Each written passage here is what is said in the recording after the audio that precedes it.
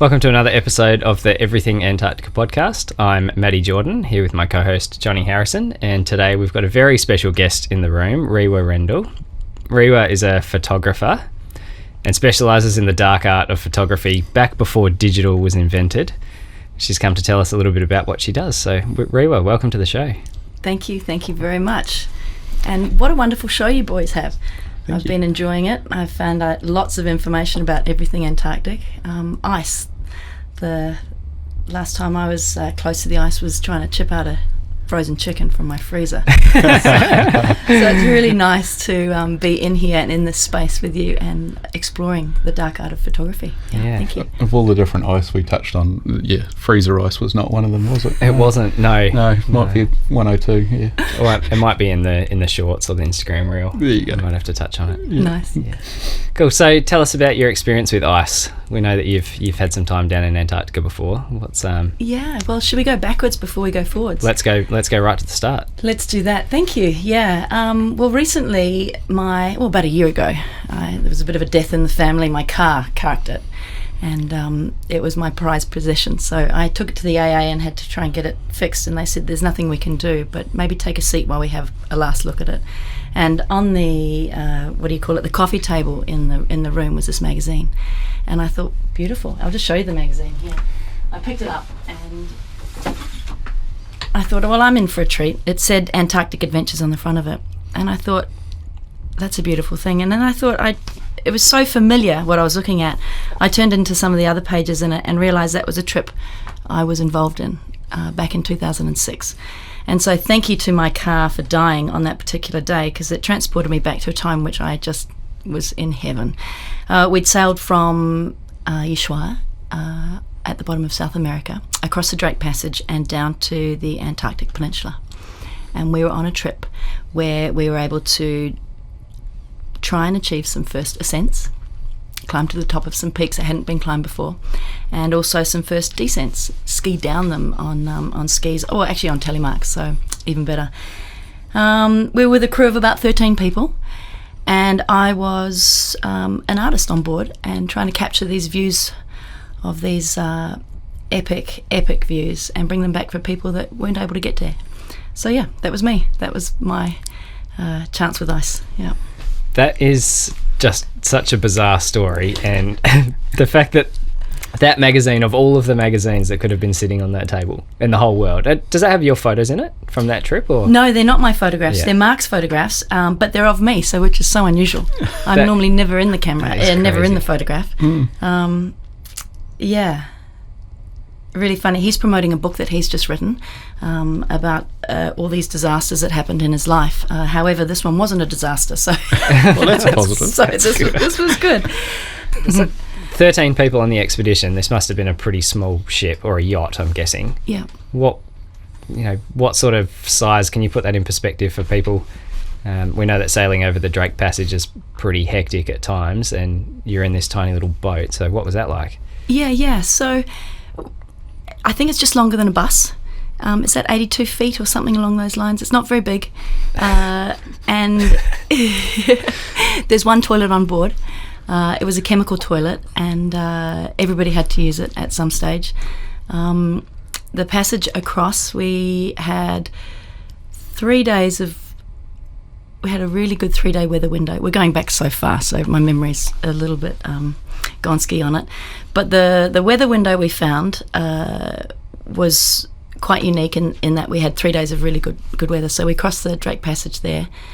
Okay, so you're bobbing around in the ocean, and you arrive to the Antarctic continent. What was your first experience there? What were the views like initially? What were the first things that you see? Was it initially just penguins and whales and things everywhere, or was it the peaks that you woke up to? What was that like? No, I think you've been in this churn of the ocean for 3 or 4 days, and then you come to some sort of less churny ocean, but the temperature changes, the sound changes, and you reach a point where the water is almost sludgy, like a daiquiri, like the ice in a daiquiri that you'd be drinking. And as you go through it, the sound changes and the ice sort of tinkles past the bow of the boat. And you take the sails down, you put the engine on, and you start to sort of maneuver your way through it slowly. the idyllic, romantic idea of keeping your sails in full flight and going through it doesn't exist. You want to be very cautious. So you're picking your way through this sort of stuff. You're seeing icebergs in the distance before you meet anything, and they look tiny, but they get bigger and bigger and bigger and bigger, and you realise that there's only a portion of this iceberg greeting you. But you start to realise as more come into view that Mother Nature has just crafted the most incredible art gallery of sculptures that she's about to present to you. And as you're navigating your way through this, you start to see land and the ice shelf that meets you, especially where we were. We wanted to get onto the peninsula, so we had to look for places that you could get a Zodiac onto. And so you didn't want to come up against an ice shelf. You wanted to find some form of beach or some sort of rocks or something that you could find your way there. So that's what we did. We made like penguins and looked for an entry point that you couldn't jump up on, but you had to get beach onto it and move on. I remember having been on the ocean for 4 or 5 days, then getting on land. I was so land sick. I didn't get seasick, but land sick. My legs were above my head, my arms were out in front of me. I didn't know what to do. The only thing I could do is hold on to a rock and lie there like the penguins were doing. That's what surprised me the most, is meeting the wildlife. They were still like stiff little birds, like they were dead. They were taxidermied, but they were covered in this red krill sticky paste, this smelly fish kind of toothpastey stuff all over them. And I looked at them and I thought, you guys don't look very happy. What's going on? You should have the biggest grin from ear to ear, but you're not very happy. Anyway, as I stumbled with my legs sort of above my head and rocking and rolling like I was meant to be on the ocean, but I was actually on the land, I think my fellow crew members were looking at me thinking, how is she ever going to be able to do any climbing? She can't even walk. Like, we've got a real dud here. But I quickly sort of found my feet and I tried to find some higher land to look down on these penguins because I was really curious. They were all sort of lying there flat on these rocks. And as I got higher and higher up, you could get an aerial view, and they looked like they had all fallen from the sky and gone splat. Around them, so you imagine a black tuxedo laid over the top, a wet black tuxedo laid over the top of a big round boulder, and then surrounding that boulder is a splatter of red krill. So from above, it looks like they've dropped from the sky, and it's a massive massacre scene. Like there's just splattered penguins everywhere. So that was my kind of, when we got on to the ice, that's what I saw first of all. And then then the adventure began. Amazing. So you were there to take photos, you were there to document the adventure as an artist and have an adventure. Of course. I think that goes without saying, doesn't it? You've sailed down to Antarctica. That's an adventure enough for most people, I think, without having done anything else. So what was the sort of day-to-day logistics like? So you land on a beach. Did you then come back onto the ship or the yacht, stay there for the night, or did you cruise through the evening to find another place? Or well, so Antarctica is a place where you can't leave anything behind except your footprints, and the only thing you can take with you is your memories and your photographs. And so we had to make our base camp the boat. And so we had to make sure that we had enough of a weather window to be able to get onshore safely, do our climb, get back safely, and get back onto the boat, and then be able to manoeuvre around to find a great place to anchor up for the night or keep moving during the night, depending on what the ice was doing. So, does that answer that question? Yeah, it does. Yeah. What was the planning like? So when you're back on the boat, presumably you're looking at peaks, you're looking at maps, you're trying to find routes and things like that. So what was the... So remembering that I'm just the one holding the camera, and the planning's all done by the fantastic team of adventure consultants run by Guy Cotter. And so he had a team of people there, and we were there on that voyage with them to sort of have a look to see if they could offer it for expeditions in the future. Yep. And we were lucky to be on that first voyage. So a lot of the planning had been done by them, and then a lot of the planning has to be flexible depending on what the weather's doing, depending on what the team's feeling like, if anybody was sick, if anybody wasn't, how that went. Something that's just come to mind. So when you're climbing, you've got a lot of sharp objects. You've got crampons on your feet. You've got ice axes in your hands. You've got a lot of ice screws around your waist on a carabiner. And to get from the boat to the ice, you're in a Zodiac, which is a rubber Zodiac, inflatable. So you don't want those two things to mix, otherwise you're destroying your life raft. So that's the hardest thing, is to make sure that you've got all of those sharp things covered up so that you're not going to burst your life raft just getting onto shore.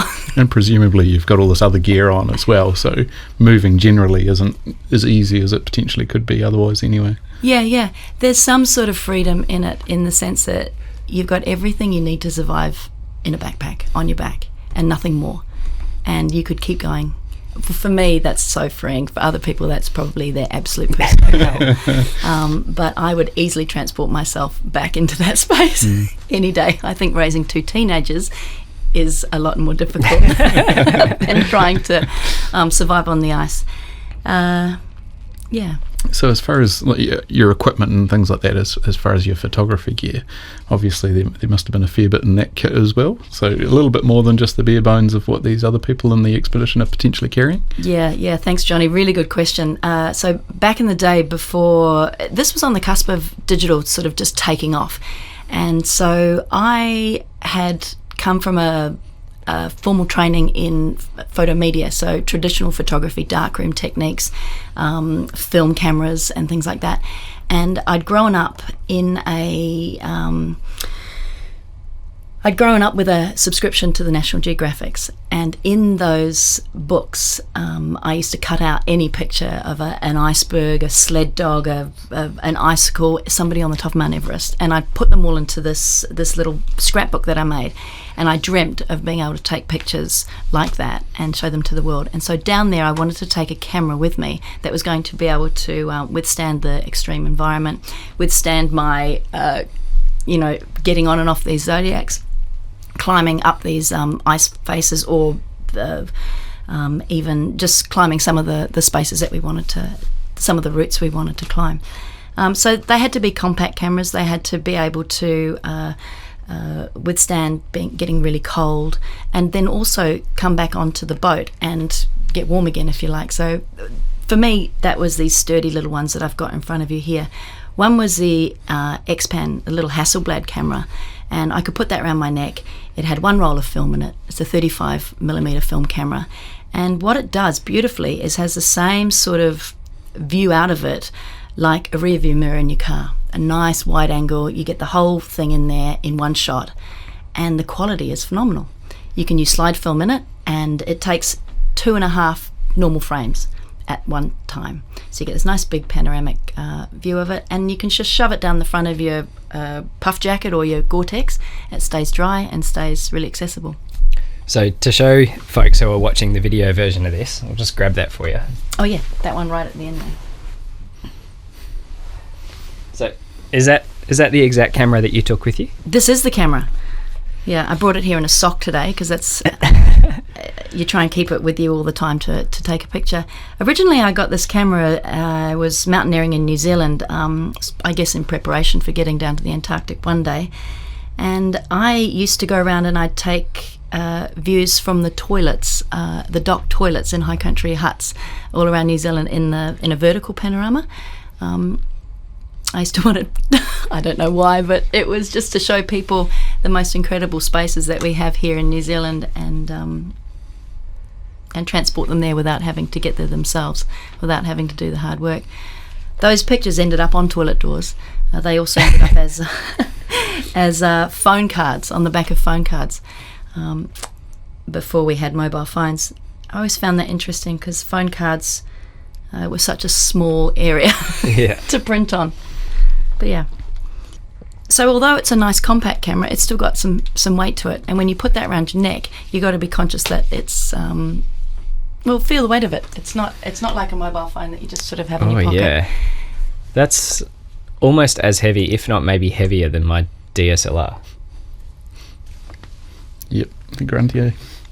And so I guess when you're packing your gear for the day, you're conscious of every single gram. I'm not a tech person. I'm not somebody that can remember numbers. I really look for the view, and I look for light and look for colour. So sorry, I'm really annoying anybody that's that's a real tech head and wants to know everything about places and spaces and numbers and all of that. I'm not going to be able to do that for you. But what I can say is the weight of that becomes part of your kit, and it all adds up. So I've got that one, and then the other camera I chose to have around my neck was this little Russian stereo camera. And it's a pretty interesting device. It's got 2 lenses at the front, well 3 in fact, 2 that represent the same distance as your eyeballs, and 1 in the middle that you can do the focusing through. So what happens is each lens has an independent view of what's out in front of it, and when you join it back together again and you look at the image, it becomes stereo. So you're able to then transport yourself into that picture. So if you grab that little viewfinder in front of you, Johnny, and Maddie, you grab one of the other ones there. Okay. Maybe we'll have a go at describing what you see and then work backwards and then find how it was taken. Mm-hmm. So right now they're looking through the little viewfinders, a little bit like a Viewmaster, and they're able to... What's in your one, Maddie? I'm on a yacht, and there's a massive iceberg in front of me. The sails are down, and it's really not a big boat, is it? I said the Zodiac up front, massive iceberg, and it's quite hard to judge scale there, but yeah, it really does feel like you're there. It's pretty cool. Yeah, for some reason, and when you're taking one of these photographs, you try to put something in the foreground and the midground, and then right back at infinity almost. And the iceberg that you're sort of describing there is so far away, yet it seems so close. It sort of compresses the whole image. But Johnny, when you look at that, you can almost feel like you're going wrapping your eyes around the ropes and then around the sailcloth. Yeah. It's bizarre, but it's how our eyes work every day. Yeah. Lucky we've got 2. Imagine if we only had 1. We'd only be able to see everything flat. Imagine if we had 3. Imagine if we had 3. Johnny, oh my gosh. Yeah. Amazing. So while we're on photography, you've got a new project called Frozen Echoes that you're working through. Do you want to talk us through, first of all, the background of how that came about, and then what you're doing now with it? Sure. This is so bizarre. It's so funny being sat in front of a microphone and having this conversation, because with Frozen Echoes we go back to 1856, and when I came back from the ice I was really intrigued in how the early photographers who went down to the Antarctic took their images. How on earth did Frank Hurley achieve those shots when he stood at the top of the mast of the Endurance and looked down at everybody, and he was in the middle of that same ocean that I just crossed? How did Herbert Ponting take the pictures at Cape Evans and manage to capture them on glass? How did Hurley manage to edit through those glass plate negatives that he had? How did he decide which ones to keep and throw away on that Shackleton expedition when they're stuck on the ice? I had so many questions. I needed all the answers.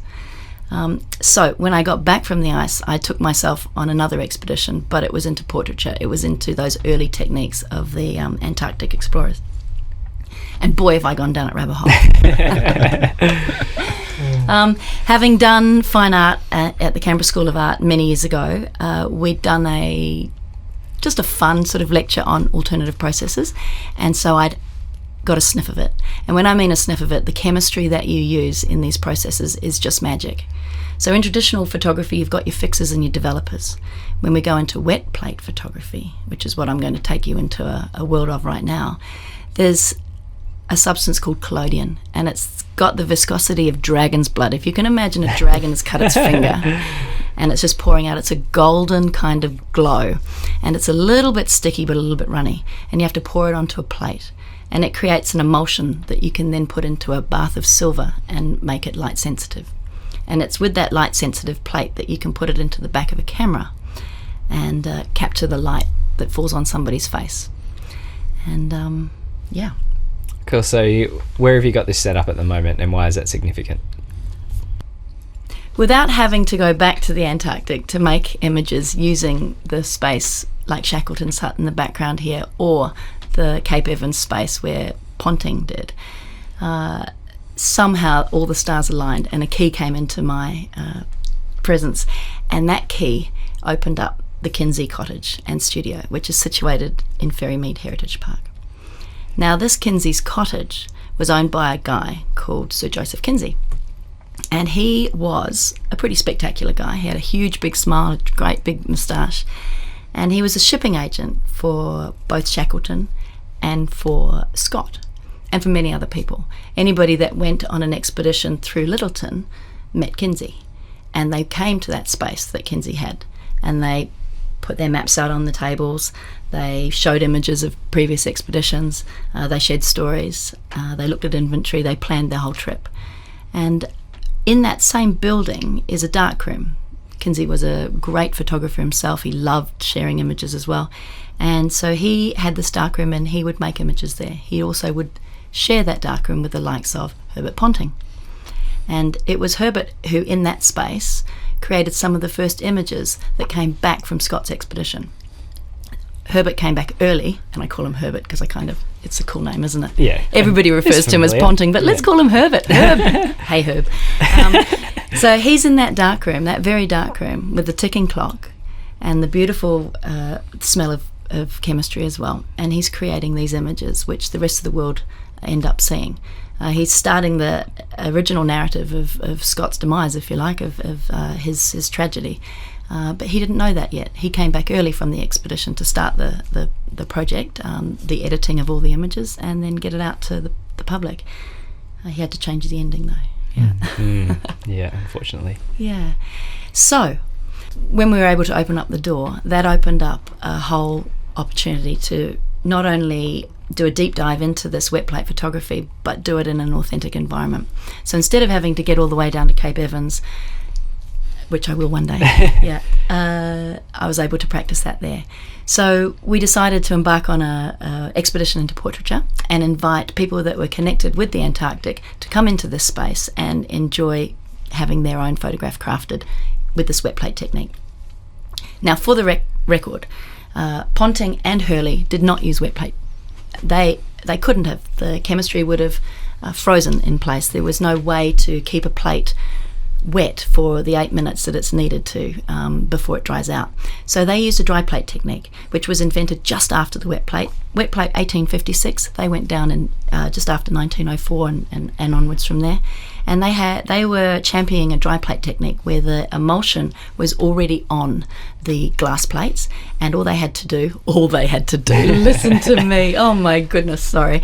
All they had to do was keep it out of the light until they wanted to expose it, and then they had to develop it. Now that was a feat in itself, because keeping the developer and fixer not frozen meant boiling seal blubber, holding the chemistry in front of one of those stoves so that it didn't freeze up, and exposing their hands to some pretty hideous cold.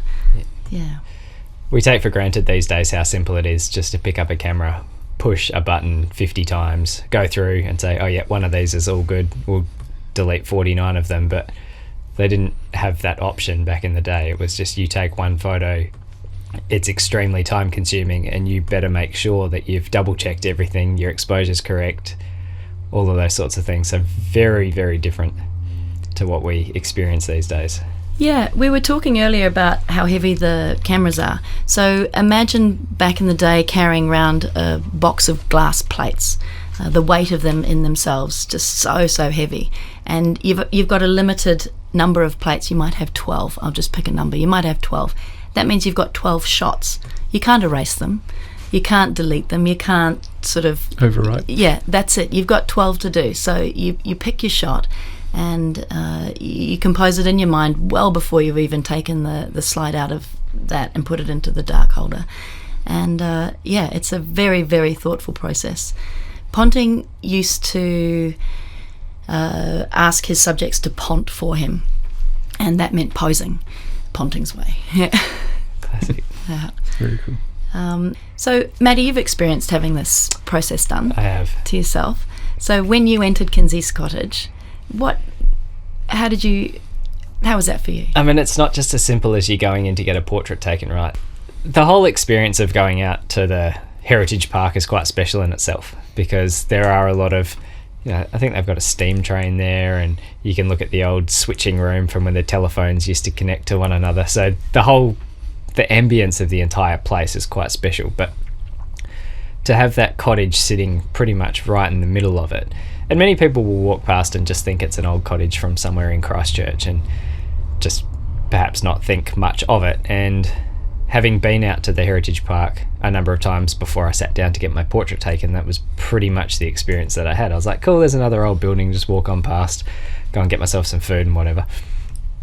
But having the experience of going in there, finding out the story, listening to where that hut had come from, who had been there, how significant it was, that in itself just creates an incredible experience when you walk in, to know that you're replicating something that members of Scott's expedition did and actually used. That exact space is where they stood, exactly where they developed their photos.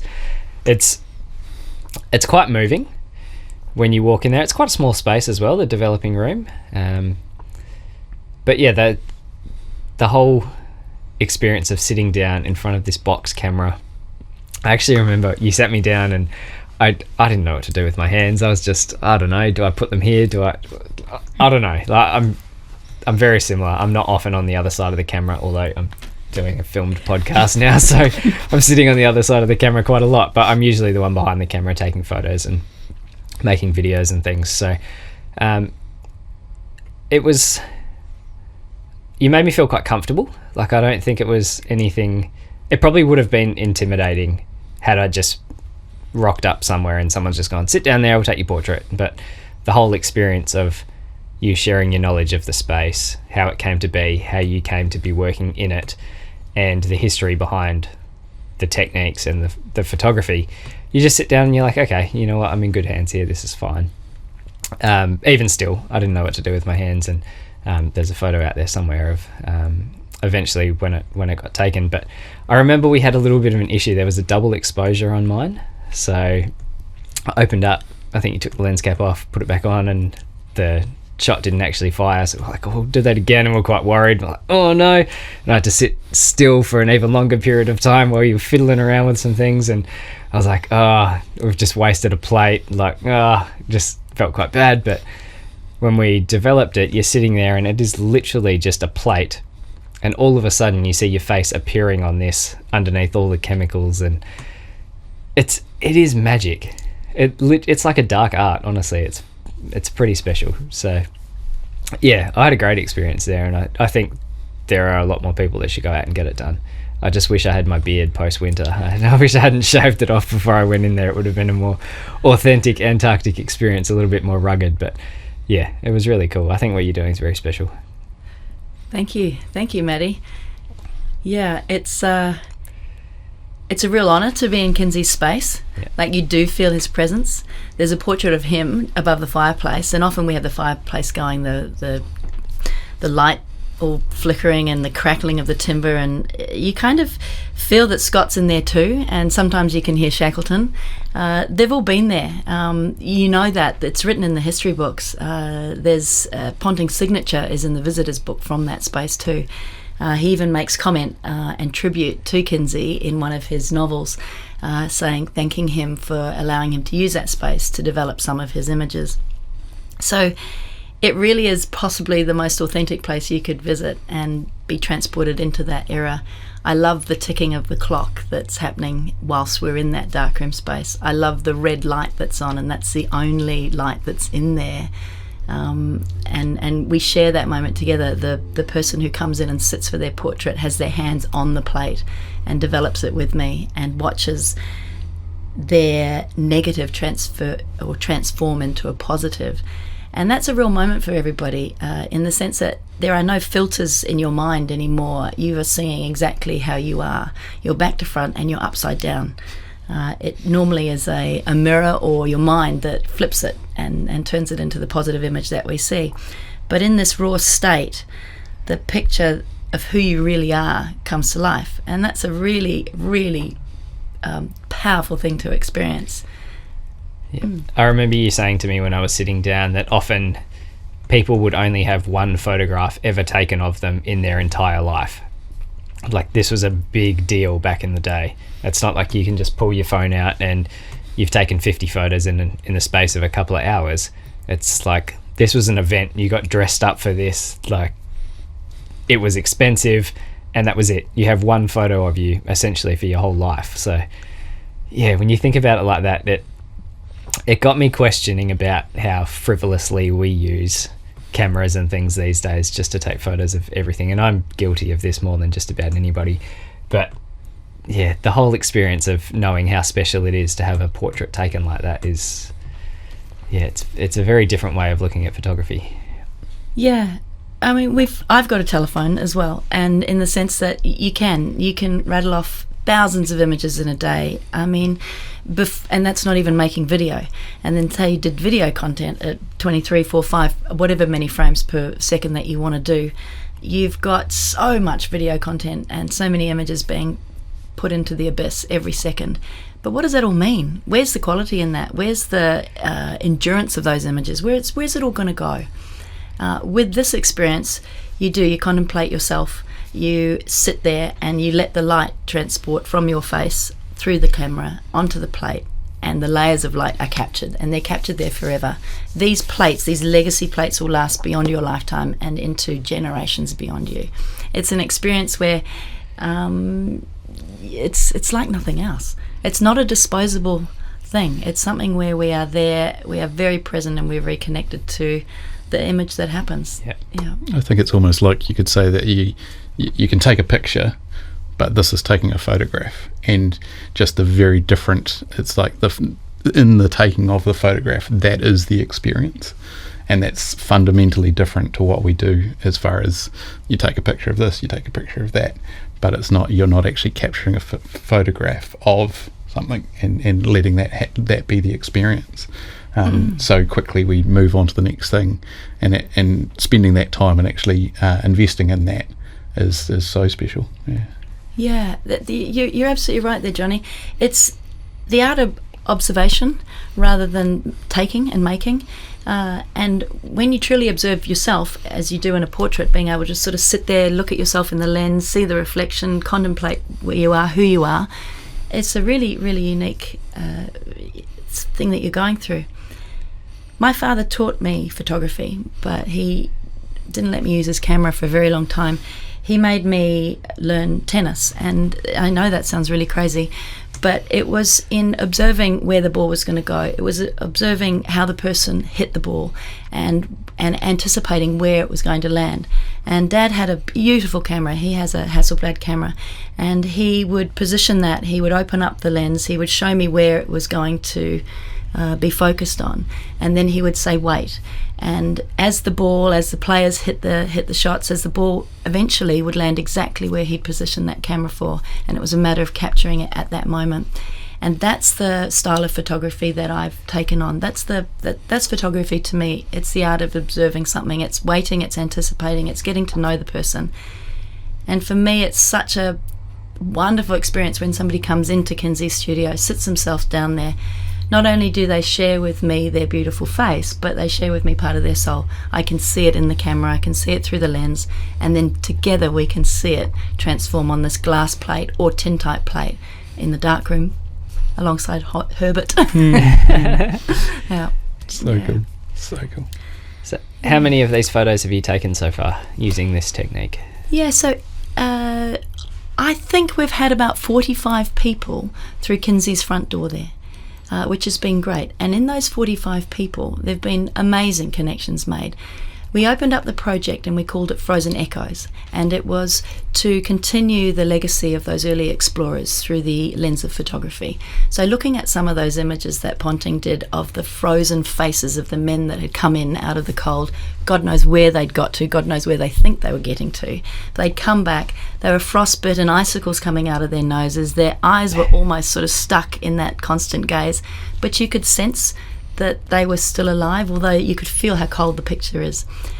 So with those images, I wanted to reconnect in Kinsey's cottage with people who had been to the Antarctic, or people who have had relatives who have been there.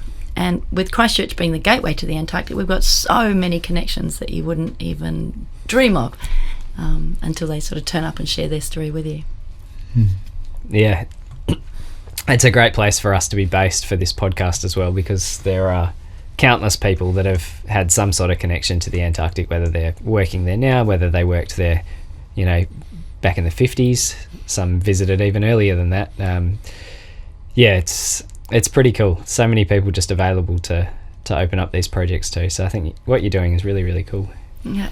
We've had people come through the door that have done the most bizarre and wonderful things. So from filming the number 3 for Sesame Street down on the ice to picking up rocks and discovering things that take us into new galaxies, to a gentleman called Carl Marshall who ended up at the South Pole by accident. He answered the telephone to a call from the US Marshal and ended up going down there to fix a broken photocopier. So you never know what or how we're going to be connected to the Antarctic, but they're all here. Yeah. They're all around us, and I really encourage them to come into Kinsey's Cottage and experience having that portrait made and continue their legacy. Amazing. So going back to your voyage down, as far as you've obviously saying about how you tend to observe things and then you try and wait for the right moment to capture them. Was it like you expected going down, having built up these, having spent so long looking at so many images and reading so many stories? Was, what surprised you, and maybe what was kind of, I expected that from Antarctica for you? Oh, such a lovely, lovely thought. It takes me right back to the bow of the boat. This is a moment where you can hear the ice sort of tinkling down the side of the boat. There's nobody on the deck of the boat except me. I'm in a big bright green puff jacket that was in at the time, that colour. But I'm sitting there. I've got cameras there. There's no tripod, but I'm just sort of sitting it next to me, and I'm waiting. I'm watching the light, and I'm waiting. I'm almost expecting a game of tennis to happen in front of me. Everybody's down below trying to work out how to warm up the batteries for their digital cameras or warm up their bottles of wine so that they can drink them in the evening. And I've gone, bugger it. Mother Nature is putting on the best light show, and I'm the only one watching. And thanks, Dad, for helping me, setting me up for that. So there I am, watching the light on this particular iceberg. It starts off white. It's a very flat sort of light. And then the game begins, and it goes through every colour in the spectrum you can imagine. And I'm able to photograph it. And time seems to slow down. The setting sun takes a lot longer down there than it does here. It's not sort of an 8-minute thing. It might be a 2-hour thing. Yeah. And so if you can have yourself wrapped up in enough down, you can be sitting there on the boat and just looking out. And the boat moves. It's sort of like it's a moving tripod. And so it sort of maneuvers around and it changes for you. You don't get the choice of where you're going to position yourself. You're the thing moving there. So that was incredible. So for me, my expectations were only what I'd seen in the books, in the National Geographics, the pictures that had been taken before. But I guess what I'd seen in the patterns of the pictures that were taken before was the gaps that existed. I wanted to take pictures that filled those gaps. I wanted to show icebergs that were pink, not blue. I wanted to show pictures of looking down on them. I wanted to show pictures of what a penguin looked like from above. I wanted to look at a seal close up. What does their skin look like? What does their fur look like? Can you touch it? Can you not? Can you smell it? You can definitely smell them way before you can touch them. And I didn't touch them, but it nearly touched me. Does that work? Yeah, I mean, generally, the modern standard that we use is that we stay 10 metres away from wildlife unless it approaches you. So, yeah, you sit down, and penguins are quite curious, and seals as well. And oftentimes the penguins will waddle up to you and they're quite curious, right? They're wondering, what's going on here? And then they'll look around for a couple of minutes, and then they'll get bored and walk off, and then you just let them. They're just going about their day. So, yeah, can definitely relate. They do. They're very, very curious.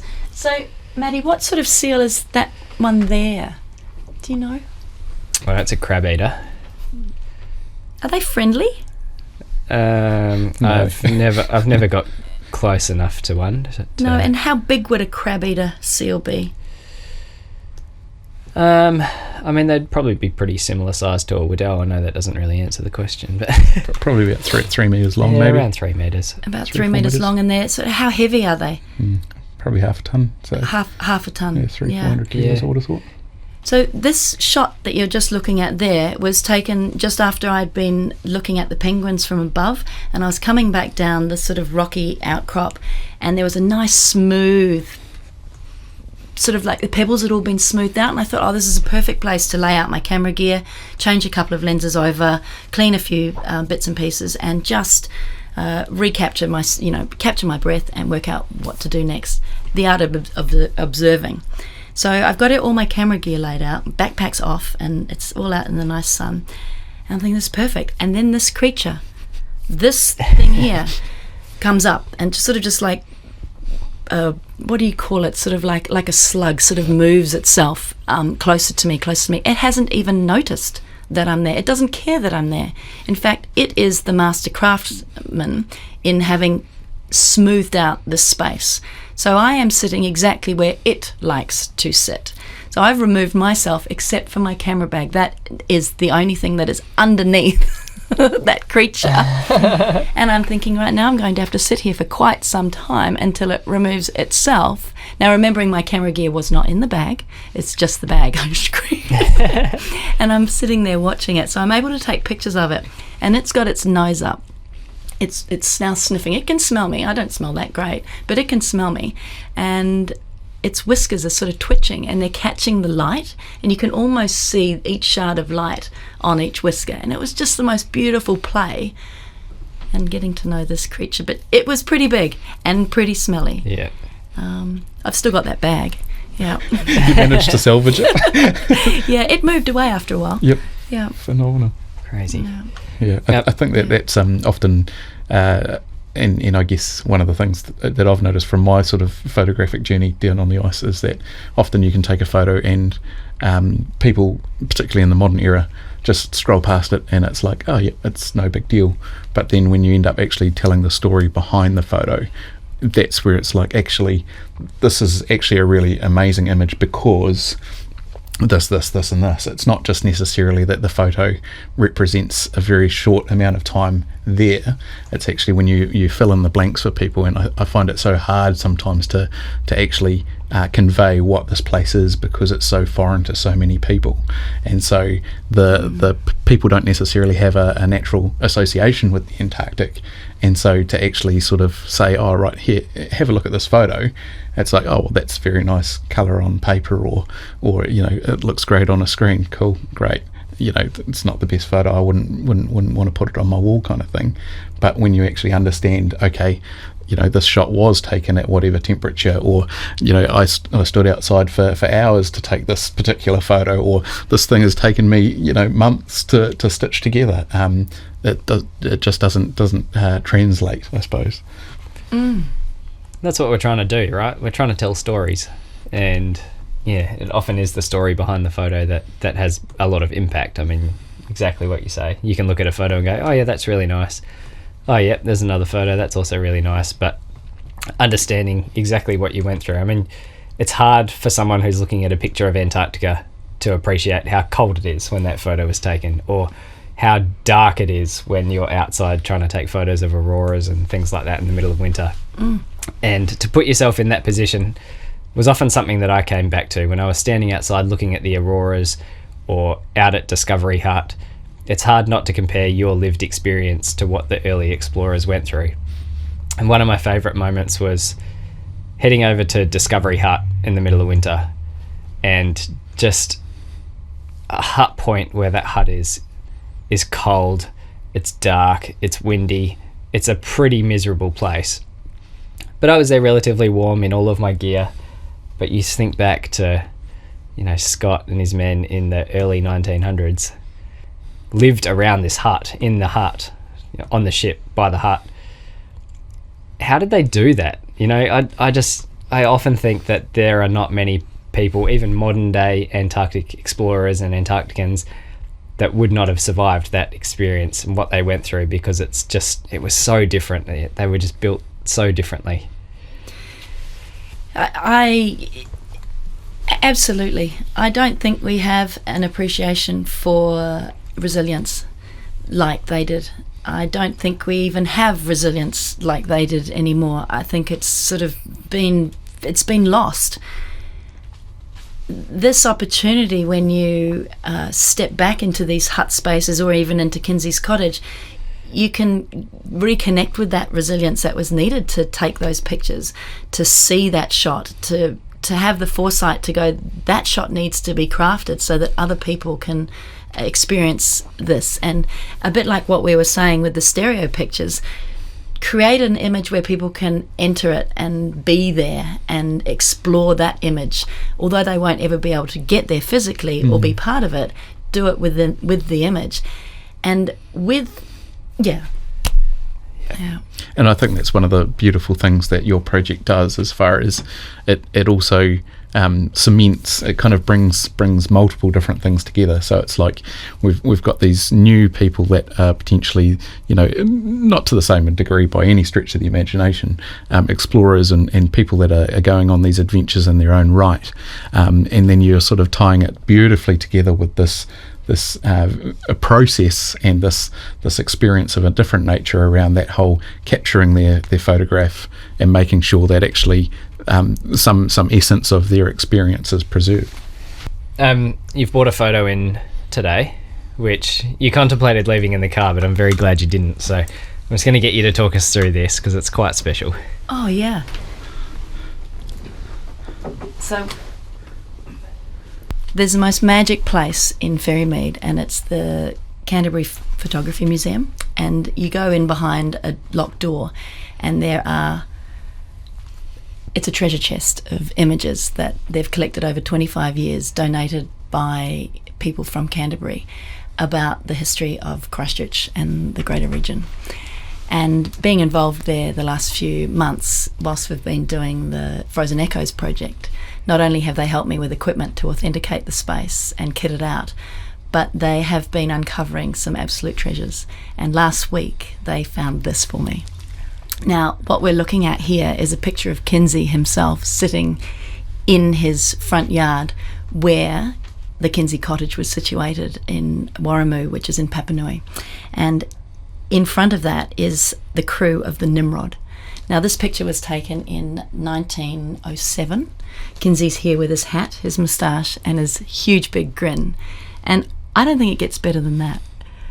Like, it's pretty fun. So, Kinsey's the guy with the big moustache there. Yeah, and the boater hat there. Yeah. Yeah. And that's the crew of Shackleton's Nimrod.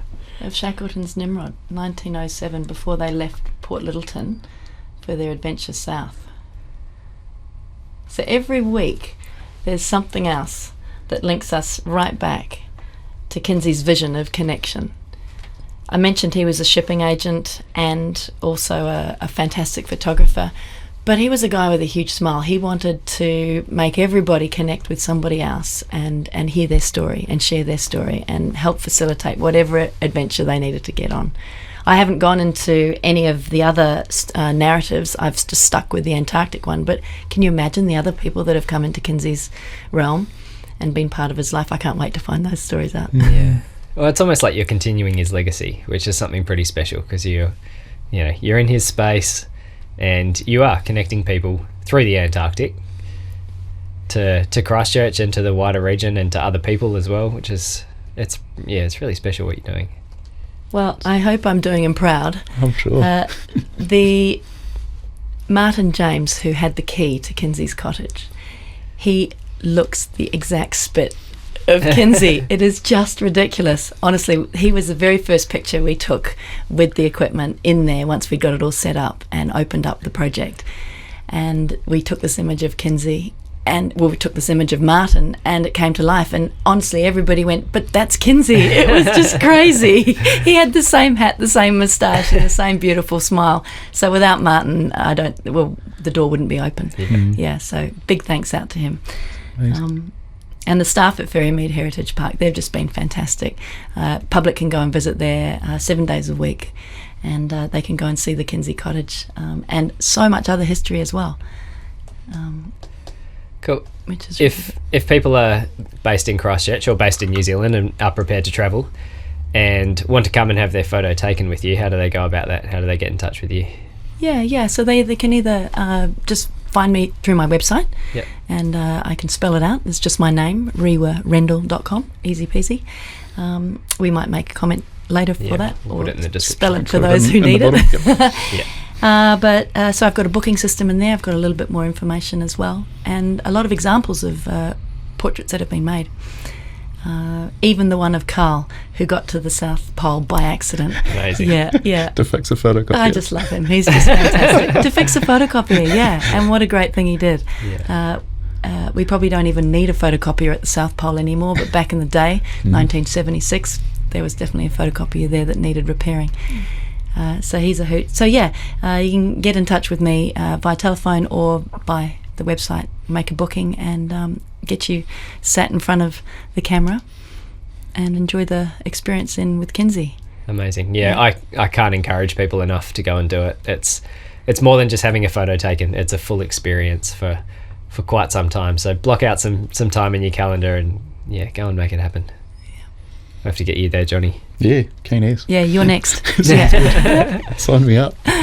Excellent. Cool. So Johnny, after you've turned up and had your portrait taken next week, this is the sort of thing you can expect as an end result. It's amazing. It's quite a fancy box. It's very cool. Oh, wow. That is stunning. So, do you want to just tell us a little bit about who this gentleman is as well? So who you're seeing there, I'd like to introduce Graham Ayres. Not only is he Sir Edmund Hillary's godson, but he's so much more than that. He's become my mentor for this project and has enabled me to make bigger connections. He's sort of the Kinsey behind this. He's able to connect me with networks within Christchurch that we will invite other people to come and share their story. Graham believes it's really, really important to be seen and be part of something, and he's helping me achieve that. So who you see there is somebody that has lived under the legacy of Sir Edmund Hillary, but now is able to share his own pathway and his own experiences with somebody like me and mentor me through turning this into an enterprise where we can get people open the doors and keep Kinsey's Cottage open and get the public in to have their image taken. So Graham also used to be involved in New Zealand's Antarctic program. I think he was a general manager of operations or general manager of engineering for quite some time. So he's been quite involved for a long period of time, but it's great that he's still here with his finger on the pulse, staying connected to the Antarctic community and making things like this project happen. Yeah, he's become a real champion of it, and it was so nice. He just sort of really embodied the spirit of what the image can make and take. Yeah, I think for years I've taken landscape photographs, that body of work, liquid landscapes that will soon disappear. They won't be here forever. But it's now in the portraiture that we see the real landscapes. They're the landscapes of people's faces, people's lives on their faces. And Graham's exactly that. He's got an incredible landscape that you can read across his face. Stunning. When are you free? Yeah, that's so cool. Yeah. Excellent. Cool. One random question from me. Yeah. What is this that you have on the table as far as this wooden contraption? Oh, great. Okay, so remembering that we made the stereoscopic images there and use these little stereoscopes there, we go back in time a little bit and we come to the original form of that. So let me show you here. Here we have a postcard with the printed version of what you would see in there. So this is the original stereoscopic postcard. A camera would have been a camera that has twin lenses on it. Each lens takes a separate image, and then when we put them together in here, Johnny, I'll pass you this one. The postcard gets slotted into there, and then you use this bit here and you slide it forward and back until it becomes in focus. Yep, wonderful. And then let me know what you see. Oh, this is so cool.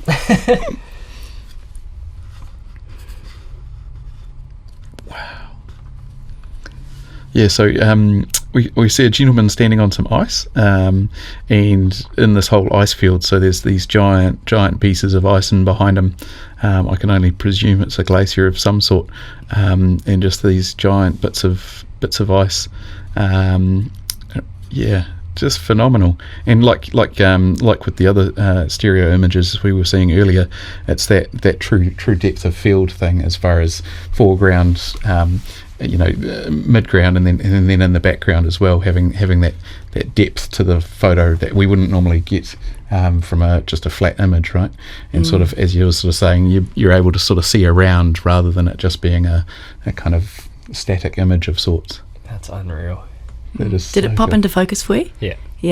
Yeah. So remembering how this picture was taken, so you've got a glass plate, you've got a camera that is heavier than these sort of ones, you've got a tripod, you're transporting it up to the space you are. You might only have 2 or 3 glass plates that are in the dark space that you then put into the back of the camera when you're there, make the exposure, put them back into a dark space, and then bring them back to your dark room to be able to process them. So you've walked all of this way with 2 or 3 sheets of glass on your backpack, and then made that image and brought it back. And now you've got added pressure, because if one of those images isn't quite right, then when you bring them 2 together, I suspect it probably doesn't work to the same effect as well. Well, that's one piece of glass with 2 images on it. Yeah. Right. In your camera, you've got a I've forgotten the right word for it. Anyway, a septum, that's the word, and it separates the 2 lenses so that it makes 2 pictures at the same time. Wow. Yeah. So the on the bottom of this, it says about ice falls at Mount Cook, New Zealand. So, yeah. Yeah.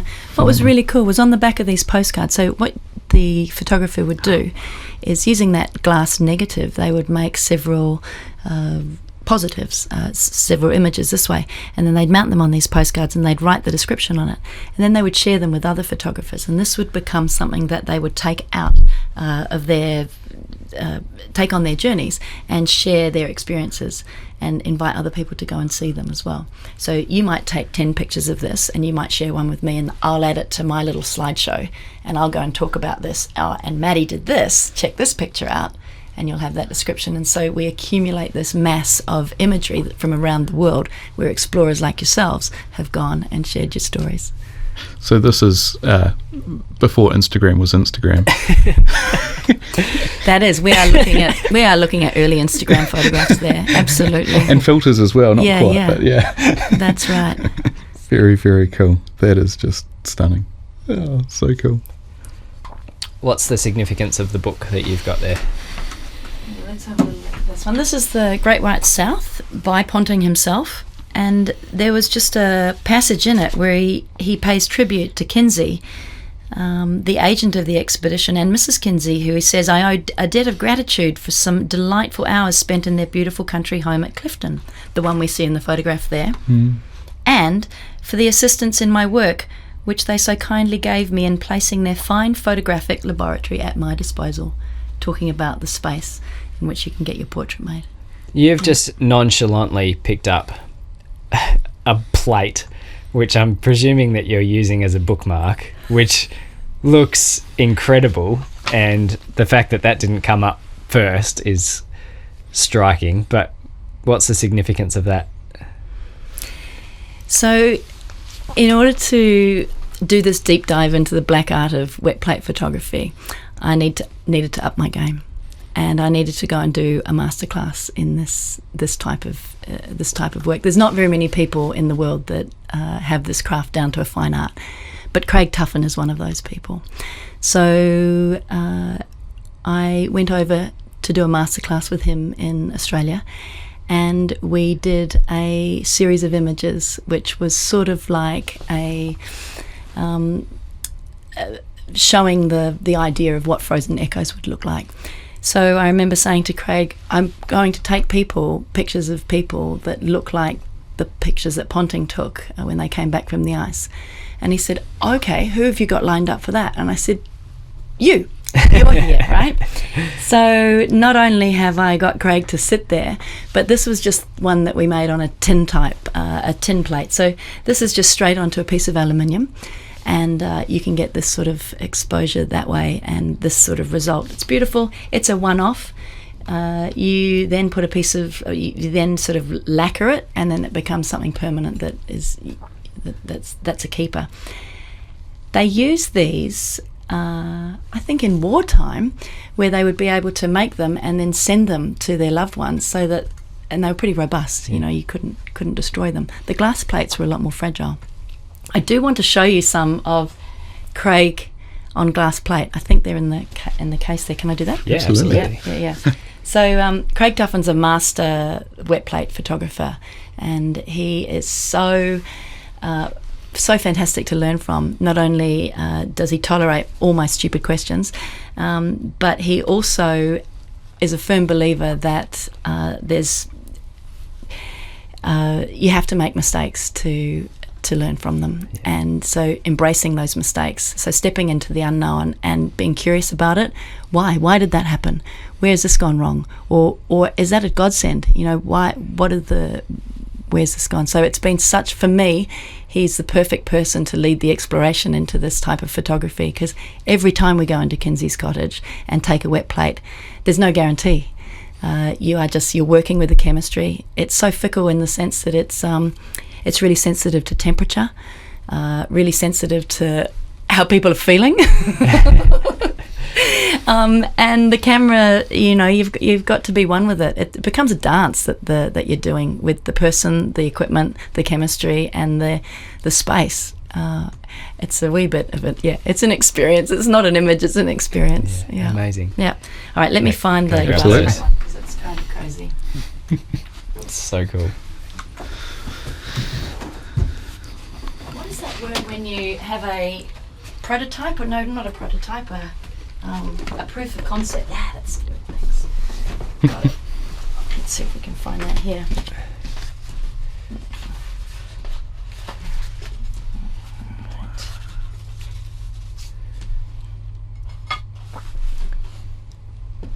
All right, so what I'm showing you here is the proof of concept before we started the Frozen Echoes project. I've got my trusty sidekick, Craig Tuffin, and I've dressed him up, and here's the image here. So if we place it against something black, you're able to see on the glass plate what comes to life there. If we hold it up the other way, it's just a negative, and then it becomes a positive when you're against something black. So the quality of these things is unbelievable. It's got a depth to it that if you were to make a print from it, you would be able to enlarge it, and the quality, you can't get that in a digital camera at all. You'll see in Craig's portrait there that he's just come in from a very, very cold space. He's covered in ice crystals. He's almost got frostbitten fingers there. But what you don't know is that that's in central Victoria in Australia. It's probably about 24 degrees, and he's actually covered in sugar crystals, glue, black paint, and PVA over his fingers to give him the impression of the real Antarctic of the real Antarctic explorer. The real Antarctic explorer, yeah.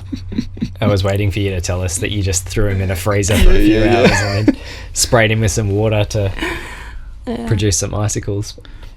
That to me is just so phenomenal as far as the process, and as you say, the detail that it captures is just phenomenal. That silver can work in such a way, and just it's just phenomenal. You know how we work with Photoshop and you see the layers, right? And if you were to imagine we've taken the Photoshop screen and we've turned it sideways and we look at all our layers there. Well, that's what this is doing here. Each layer of light is captured and placed down as another layer on top of each other until we get this image that builds itself in the black and white realm. And it's just remarkable. It's just remarkable. There was a saying when this process first started, which is about arresting the light and letting it take flight. So being able to create a canvas on which light could be arrested, and then the flight of image making could happen. It's just even just that capturing, right? Like it is that physical capturing of light, which is just so cool. It's remarkable. Doesn't quite hit the same when it's just pixels and ones and zeros in a RGB space on a digital camera. It's not the same. It's not, and there's something tactile about that. So what you've got in your hands there is a glass plate negative. It's very similar to the size of the glass plate negatives that Frank Hurley would have been holding, and would have had to have gone, what ones do I keep and what ones don't I? In the survival situation, he can't eat them. They're not going to keep him warm. They're just going to tell a story. Is the story important? How much of the story needs to be told? So there was some point in his expedition there when he's stuck on the ice, and he had to make a decision to get rid of some of those crucial parts of the story. They must be somewhere.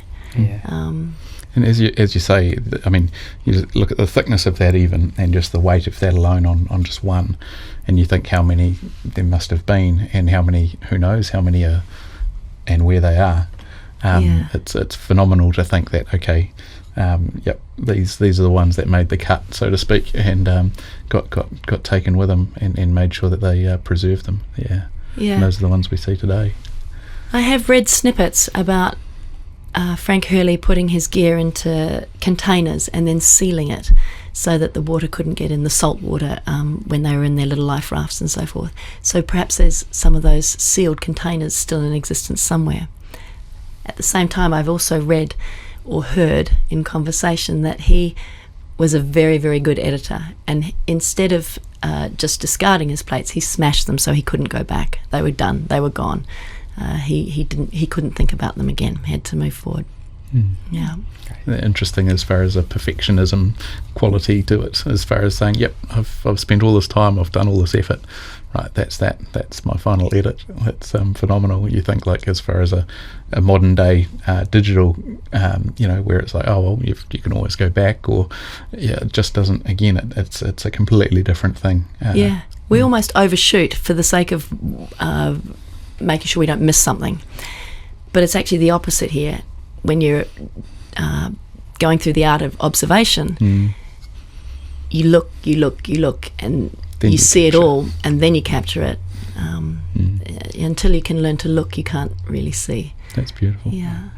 Rewa, thank you so much for your time today and coming down to have a chat to us about what it is that you're up to. The project that you're running, we think, is fantastic, and we would love to see it continue and love to see more people get involved. So if people are in Christchurch, please go and find Rewa at rewarendall.com, reach out to her and make some time to make this happen, because it is a very, very special experience. It's been great to hear about your experiences sailing down to the Antarctic back many years ago, and the film photography and the film cameras that you use to capture images that are still alive to this day. So thank you so much. It's been a privilege to sit down and have a chat to you. I know Johnny and I are very grateful, so thank you so much. Oh, thank you both for having me. What fun. Great. Yay! That's it for today's episode of the Everything Antarctica podcast. Thanks for listening. If you want to find out more about us as hosts, you can find us on Instagram at Maddie K. Jordan and at Johnny Harrison NZ. We're also on socials. You can find us at Everything Antarctica. This episode will be released on all streaming platforms, and the long-form video will be found on YouTube. Check us out wherever you listen to your podcasts. If you enjoyed this episode, don't forget to subscribe and leave us a 5-star rating. This will really help us in our mission to make this podcast as good as it possibly can be. Please share this episode with your friends and social networks so we can spread the word to more people. Until next time, stay cool.